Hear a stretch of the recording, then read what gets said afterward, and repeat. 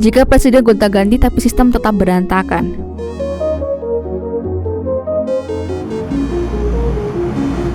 Jika presiden gonta-ganti tapi sistem tetap berantakan, maka bangsa ini hanya bergerak dalam lingkaran yang sama tanpa pernah benar-benar maju.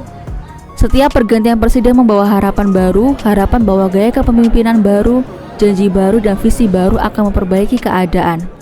Namun setelah beberapa tahun, rakyat kembali kecewa karena masalah yang sama tetap menghantui. Korupsi tak berkurang, lembaga negara lemah, pelayanan publik lamban, hukum tidak adil, dan kebijakan tidak pernah berpihak sepenuhnya kepada rakyat. Kenapa ini terus terjadi? Karena kita sering lupa bahwa pemimpin hanyalah sopir, sementara sistem adalah mobilnya. Sopir bisa berganti, tetapi jika mobilnya rusak, maka perjalanan tetap tersendat, mogok, atau bahkan kecelakaan. Ketika sistem negara berantakan, dari aturan yang tumpang tindih, lembaga yang saling bertabrakan, hingga budaya pemerintah yang lebih mengutamakan kepentingan kelompok, maka presiden terbaik sekalipun akan kesulitan membawa perubahan. Presiden yang jujur bisa terjebak dalam jaringan birokrasi yang korup. Presiden yang tegas bisa terhambat oleh lembaga yang tidak independen. Presiden yang visioner bisa dihalangi oleh partai yang sibuk berbagi kekuasaan. Dengan kata lain, presiden tidak bekerja di ruang kosong, ia bekerja di dalam sistem yang sudah terbentuk jauh sebelum ia menjabat. Jika sistem itu tetap rusak, setiap presiden hanya menambal sementara tanpa pernah menyembuhkan penyakitnya. Dalam kondisi seperti ini, rakyatlah yang paling merasakan akibatnya. Mereka melihat wajah pemimpin berubah, tetapi kualitas hidup tidak berubah.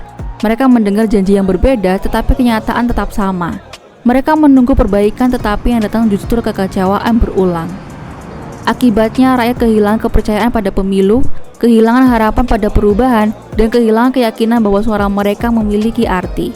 Demokrasi menjadi ritual formal, bukan alat untuk memperbaiki negara. Negara pun berjalan seperti kapal besar dengan lubang di dasar ditambal sedikit tetapi tetap bocor. Namun semua ini bukan berarti perubahan mustahil. Jika presiden berganti tetapi sistem tetap berantakan, artinya kita perlu memperbaiki apa yang ada di dalam sistem itu sendiri, bukan hanya mencari siapa yang akan memimpin, tetapi memperbaiki bagaimana negara ini bekerja. Lembaga negara harus diperkuat, aturan harus dibuat jelas dan adil, korupsi harus diberantas dari akar, dan rakyat harus kembali menjadi pusat dari seluruh kebijakan. Ketika sistem diperbaiki, presiden manapun yang menjabat akan bekerja di atas struktur yang sehat. Barulah pergantian pemimpin menjadi benar-benar bermakna.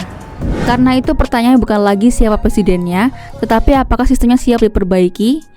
Selama sistem tetap berantakan, setiap presiden hanya akan mengulang cerita yang sama.